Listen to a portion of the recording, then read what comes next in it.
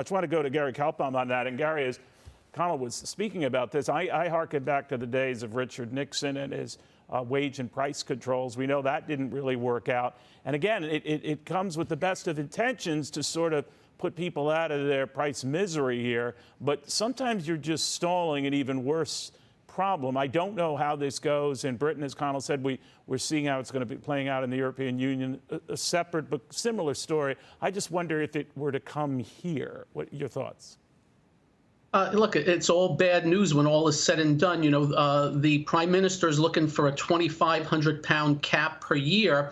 I was speaking to a very good friend of mine outside of London saying it would have been 7,500 to 10,000 to me. So I'm happy. So I think she's really addressing the people. The problem is if the real cost is 5,000 or 7,500, somebody eventually is going to eat that amount of money. And guess who it is? The same people you're trying to save right now. It will be the taxpayer as you go into more and more debt. So no matter what, it ends up pretty bad as far as price caps.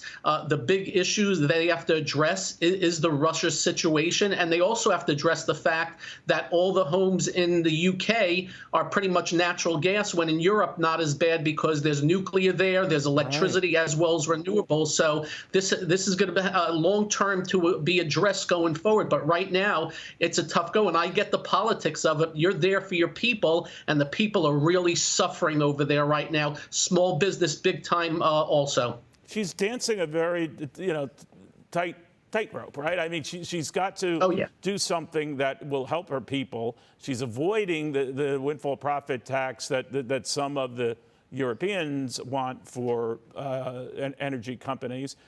She is talking, in other words, a favorite conservative push for more oil and gas production in the North Sea. So she's trying to balance that. It's still early going.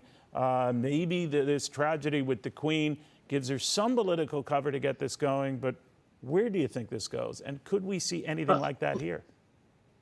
Of course. Look, you've seen what happened here with oil prices, and fingers crossed the oil prices stay down. As I've been saying to you time and time again, oil prices down good, oil prices up bad, and we've had a real good drop, and let's hope that continues. The problem is, especially here, is that if you don't address the long term of supply, I think eventually there's going to be a problem again going forward. And of course, right now, this administration has really no agenda on more production in a very big way. Yeah, they'll go after the reserves, but that's a finite amount that's going very short at this point in time. I think it's almost near a record low. So again, it's the most important commodity here and around the globe.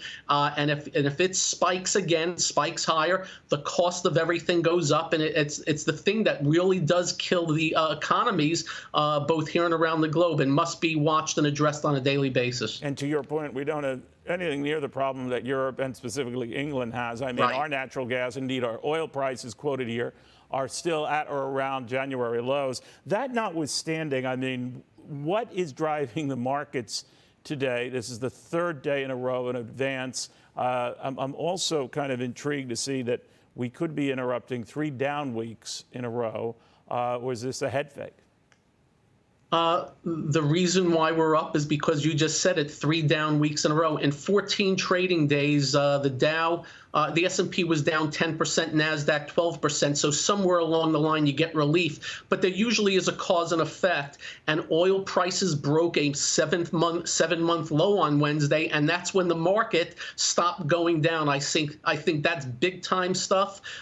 Interest rates now have stopped going up. Let's hope they come down. I can promise you, if we start heading at 4%, I'm not so sure this is going to be a long-winded move to the upside. But leave no doubt, this is a move out of weakness, and let's hope it continues. Gary, I did want to get your quick thoughts as well on whether you're in that camp that says the Federal Reserve hikes interest rates again, from district presidents and Fed governors to the chairman himself. They certainly seem to be preparing us for another 3/4 point rate hike, maybe another one after that. Where are you on this? I'm 100% certain they are telegraphing, and every time somebody says it, they are not arguing. We will get 3/4 of a point as they play catch up with the real world. Just remember, they're still a point below the real world, the 10-year yield where mortgage is attached to and how important that is. So they're getting there. I suspect there's going to be a little bit more after that. But if oil prices stay down, commodities stay down, and if we get some decent numbers on inflation, we're already starting to hear a little bit of talk out of them about maybe if this comes in good, we can maybe slow down. So I think they're already starting to look at. So the next couple of inflation reports are going to be good. But for me, as I said, I watch oil prices. If they stay down, that is a huge help to markets and gives them a lot of cover to slow down what they're doing.